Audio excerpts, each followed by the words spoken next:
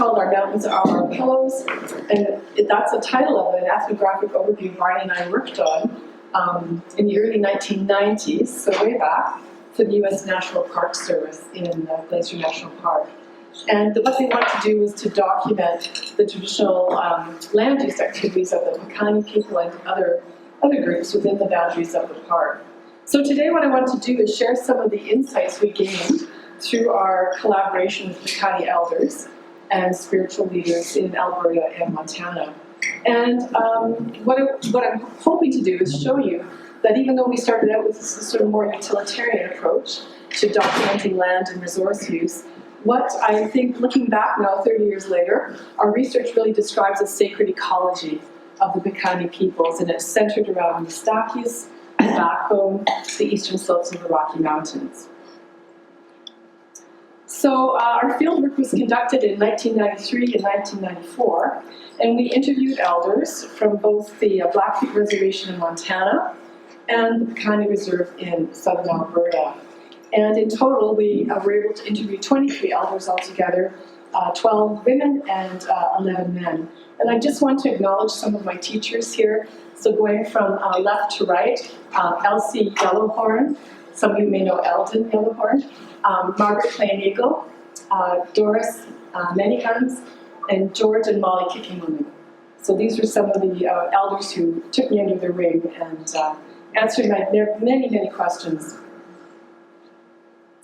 When we were doing our field work, we interviewed people in their homes, but also out in the field as well. And as I mentioned, we interviewed both men and women, and was particularly interested in interviewing women because, I mean, even now, but back then, especially 30 years ago, the voices of Indigenous women weren't very well recorded in any of the ethnographic literature. And so we were out in the field as much as we could be, and the interviews were really unstructured by Western scientific standards. You know, when you're working with the elders, it was not really a cool thing to do to ask them directly about things. And so I just took this really open-ended approach and let them lead the discussion. We'd show up with plants, or we would go to location. And so they were just invited to share their experiences and observations and stories as they felt appropriate. So the result of all of this work, and I don't think this document is very well known, was this massive 320-page volume. Again, Barney wrote most of it. It was ethnohistoric as well, so he was going through all the literature. It's an amazing piece of work. It really should be published. The Park Service put it out, but it would be a great. Barney and I always wanted to publish it, but anyway. So we did this massive volume, and what we were able to do in this document is to demonstrate, really, and again, not a surprise right now to any of us, but that the Piikáni's relationship with Glacier National Park was very ancient and, of course, ongoing. Importantly as well, we were able to document the fact that Mistakis is one of the most sacred places for the Piikáni. It's a center of spiritual power, with really the fundamental aspects of the religion. It originated there, and it continues to be sustained by this area. The document also describes the sacred geography of vision quest sites and ceremonial sites, medicine bundles. There's a lot of really amazing material in there from interviews. And also the gathering of sacred materials like paints and feathers. And of course, because I'm an ethnobotanist as well, there's quite a lot of rich ethnobotanical knowledge that the elders were passed along to us. And so what I want to say about this is, in the end, our volume basically showed that what we were doing wasn't recording a lost world, right? Lost customs and traditions. It was really describing a living, sacred ecology of the Piikáni people. Now, when Barney and I started doing this work, the term sacred ecology had not yet been coined by academics, although, of course, it was lived by the Piikáni people, as we shall see. And this was first introduced into literature, as far as I know, by Fickert Burks in his 1999 publication called Sacred Ecology and Land and Resource Management or something. So Fickert Burks first coined this term, and he developed the idea of a knowledge, practice, belief framework. And what he argued was that traditional ecological knowledge, TEC is kind of an unfortunate acronym, I think, but DEK isn't simply a body of facts. It's an integrated, mutually reinforcing system made up of 3 different components. And the first component of this, obviously, is knowledge. And what he was talking about here is that accumulated knowledge, the empirical observations people make about living in a place for a long period of time. So it's long-term diachronic, really detailed, specific information about landscapes and plants and animals and all those things. So that's kind of the basis of it. And then there's the practice. And when he was talking about practice, he was referring to resource management behaviors, or what we would call stewardship today, land use systems, and the conservation strategies that flow from that knowledge.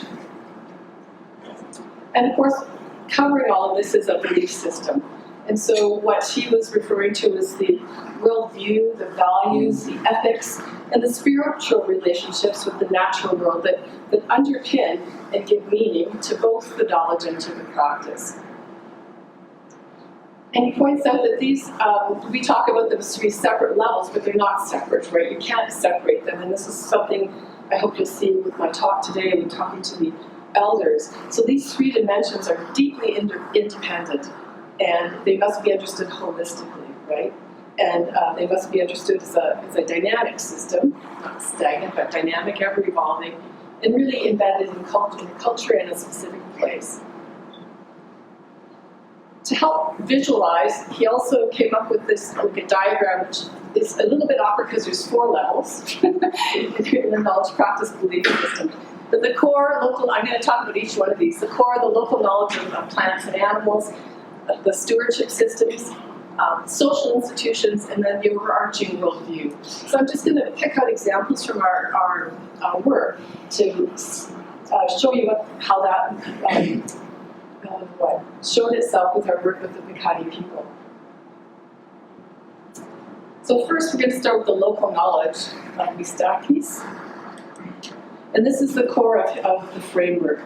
And as I said, this is the accumulated detailed knowledge of, in this case, of course, it was an ethnobotanist, so talking a lot about plants. So detailed knowledge about plants, different species, their specific properties, what are good for medicines, foods, specific animals, and even specific landforms within the eastern slopes. And again, this is patterns that are built up through generations of direct observation and use. And for the Piikáni, this encompassed familiarity with plants and landforms and animals. And so we were able to record the names, locations, and properties of over 80 plant species that were used in and around the region. Elders were also able to talk about the behavior and movement of game and about the significance of specific landscape features. So just picking out a few of those, plant knowledge. This is Melvin Little Mustache, who worked with us as well. He was an elder, but also worked interpreting. Our interviews were done in English, if possible, or Blackfoot. So he interpreted for us. So our study identified, again, these local long-term detailed knowledge of plants, and we identified 80 different species that were used within the park. And these were used for food and medicines, materials, and for spiritual purposes. And elders, of course, had really detailed knowledge of what plants they use, specific areas to go and gather them. I was able to go gathering with elders, the right time to gather them, obviously a seasonal round, and the conditions around the gathering of those plants. So they had a really, when we used to think about hunter-gatherers as people treading lightly on the landscape and not really impacting anything, but this showed again people are moving in these planned and patterned ways through their landscape. And just a few quotes from some of the elders about using the mountains. Up in the mountains, that's where we get everything up in the mountains. The TV poles, firewood, we pick berries, we pick sweet pine, all of that. And yeah, there's a lot of roots up there. Every place you look, you find. You say, just make use of this, we dig it. This is a plant gathering with Elsie Yellowhorn and Margaret Plain Eagle. We also learned, that the materials that were used in ceremonies and for medicine especially were gathered only in the park, only in the mountains. And because for the Piikáni, they understood that they believed this was the only place where medicines and those ceremonial plants retained significant power. And so they said, up in the mountains in the park, that's the only place we can find them. And they were talking about their smudges here, but we get those. And some of that stuff that he puts in his smoke too, for pipe smoking, he gets up there. And the reason they saw things being more powerful is anything, as they said, anything way back in the mountains is good, but up at the park it hasn't been disturbed. So there was a lot of recognition that down outside of the parks and protected areas, things have been disturbed, cattle, mining, whatever, and things weren't considered pure anymore. So up at the park it hasn't been disturbed, so they just grow. And they're so powerful, like the moss that we used to get, and we used to use for smudges and different things. So again, this recognition that the landscape is sacred. In talking with the elders as well, it became evident that the plant knowledge was understood as being spiritual as much as it was biological or ecological. And every plant, in talking to elders, every plant and animal had its own spirit. So everything was animated. And for example, the medicinal plants again are a good illustration of this relationship people had with the spirits. This is an interview with one elder who said, yes, everything has a different spirit, every plant and animal, like my medicines here. I have almost 70 medicines. Every one of them is a different spirit that represents that medicine, that one medicine. Some of them have 2, some of them have 3, some of them have 4. They're helpers. You have a main one and you have helpers. And so this was speaking to the knowledge of when you're doing medicinal plants, you might not just use one plant, you combine them. So elders understood how the synergy between plants, and even where they're growing in the landscape, that one plant helps another in terms of its ecology.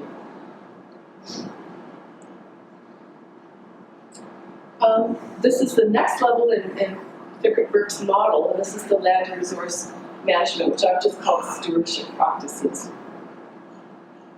And this is really kind of living the knowledge. And this is the practices and behaviors that, through which the knowledge, that local knowledge is applied. So how people use the plants, where they harvest them, and how they steward the land. And this includes customs about how much to harvest, where to harvest, when to harvest, what areas to protect, and what kinds of resources to share. And we found through talking to elders that the Piikáni had a really well-developed plant management techniques to ensure, of course, a continued supply of food and medicine and spiritual plants. So again, the idea that people were not just passive actors on the land, they were really actively managing or stewarding the resources. And I have a lot of quotes around this, but the one I think that summed it up really well, and this also had to do with getting access to the parks, right? People had lost access to the parks when they become national parks, so people felt they had to sneak back in to the parks to get their medicines. And that was just, as an aside, one of the things that we were hoping to do with this work and the work that we did later in Waterton, is to create some access for people again to be able to go and harvest those things without feeling like they had to sneak into their traditional homelands. Anyway, so we're not going to destroy anything. After we get done, I mean, you never know we were there. So treading lightly on the landscape. The other thing, this is Nelbert Little Mustachian and Joe Croshoe, and then behind is Curly Bear Wagner, who helped coordinate our study in Montana. So the other thing that is key to all of this in terms of the stewardship practices was just this idea of respect. And so the collection of, again, medicinal plants is an example. It actually, slow down, is an excellent example of these kinds of protocols. And so whenever elders were collecting even food plants and things, it was done with a lot of respect. Often they would offer other plants, they would bury other plants with them as an offering, they would smudge. And so there was always a sense of respect and thankfulness and gratitude to the Creator for what you were harvesting and what the Creator was providing. In terms of medicinal plants, it was done by both men and women. So just demonstrating that this knowledge passes differently. So different men, different women have different kinds of knowledge. And so how this knowledge, it passes differently through a community. Not everybody's going to have exactly the same kind of knowledge about plants and animals or other kinds of resources. Harvesting is done throughout the year. Again, this is sort of an individual preference. But again, it reflects a really deep understanding of some roots are more powerful after the flowers had died off, right? And some food plants are better off, so you want to pick berries when they're kind of fresh. So there is this, again, understanding of the ecology of the plants that people are using. I just said that based on their individual preferences. What also we found out was, and this relates to sort of what Alison or Margaret was talking about, resource use was organized spatially by family territories. So there was a really interesting system of landscape management, and that's what this quote is talking about. So like us, we lived on Two Medicine Creek. All of us lived on Two Medicine, so we utilized the areas next to Two Medicine. And the people that lived over here on the north side, they used that area over there. And the people who lived over further north, they utilized that area there. So people were making use of those river valleys, right, and weren't overlapping so much. So it just made me think what you were talking about.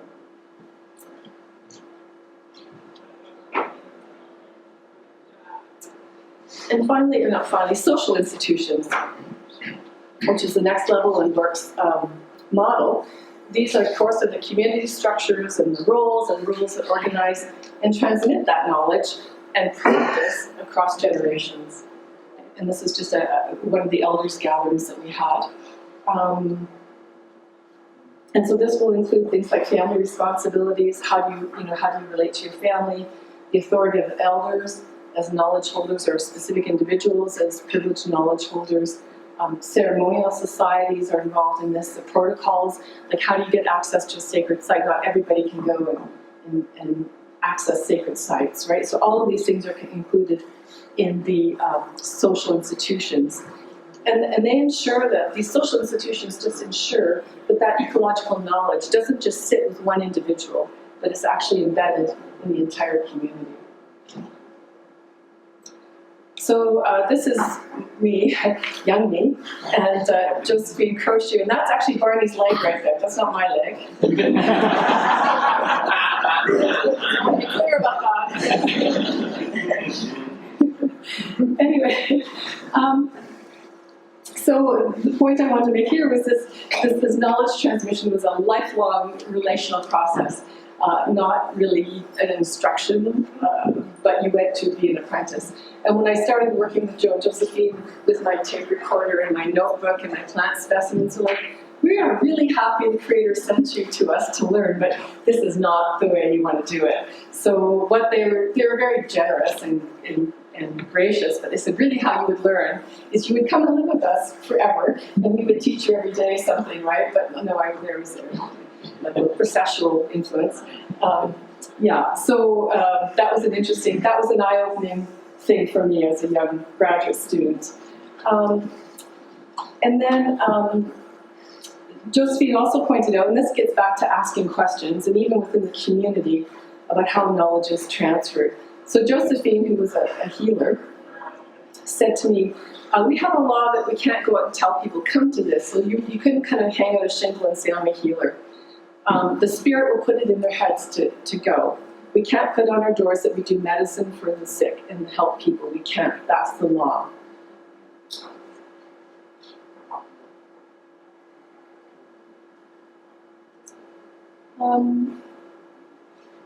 This is a picture of Elsie Yellowhorn again. We're out collecting in the forest. She's got some wolf lichen and some pitch in her hand. I was also talking about protocols governing access to sacred materials, and these are also socially enforced. And so one of the big examples in our work was that the paint gathering ceremony to get the paint, the ochre. Only women could do that, and only women were allowed, and there's a lot of prayer around that, and there was also very strict limits on how much paint, ochre, they could take at any one time.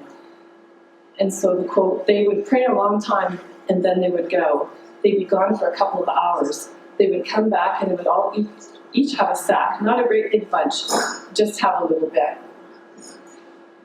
And then also by how sacred these sites are that no one knows where they are. So the thing about that, is they'll just give you a general description, a general vicinity. You can't say this is where it's at. You can't, because them old people, that was sacred to them. I ran into this a little bit asking people where they went to collect berries as well. I don't think anyone wanted to tell me where their favorite Saskatoon berry collecting areas were. And the last sort of level on Burke's model is these spiritual beliefs and worldview. And so this is really the deepest level of his model. It's the framework that gives that, the cosmological framework that gives knowledge, that gives meaning to knowledge and practice. And it was summed up quite nicely by a teaching that had been passed down by generations about the sacred nature of the mountains. And this elder said, my folks and everybody else, the old people, always told us to respect the mountains because they were holy.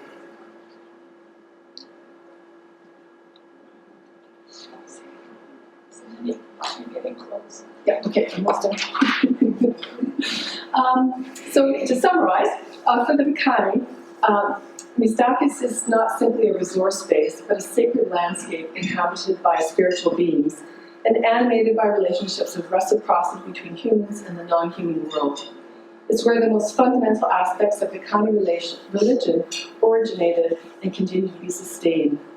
This worldview shapes every level above it, what knowledge is worth holding, how resources should be treated, and what social obligations exist towards the land. The sacred nature of the mountains is not only emotional, but spiritual in the literal sense. They talk about the mountains being inhabited by spirits, and once those spirits are disturbed, they won't come back. So in a sense, once those spirits are gone, they've broken that transmission of knowledge, practice, belief. Just to summarize the TEK system, it's a unified living system. Belief shapes what value is knowledge. What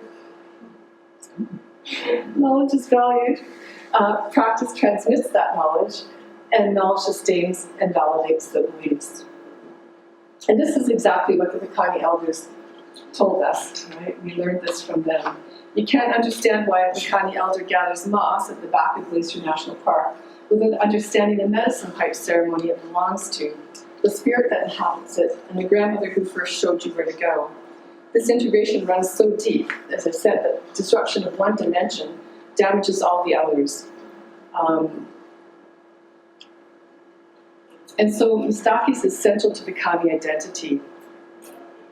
And one elder, George Kickingwoman, in talking, this is where the quote for our paper comes from. George Kickingwoman was talking about the old lady he remembered, and she was crying because she had learned that the mountains had been sold. The government had taken the mountains for the park. So she just kept saying why, and she had tears in her eyes. She said, we own them, she said. Those are our lives, those are our pillows. We lay our heads on the mountains. Those are our pillows. So just speaking to this deep, deep relationship.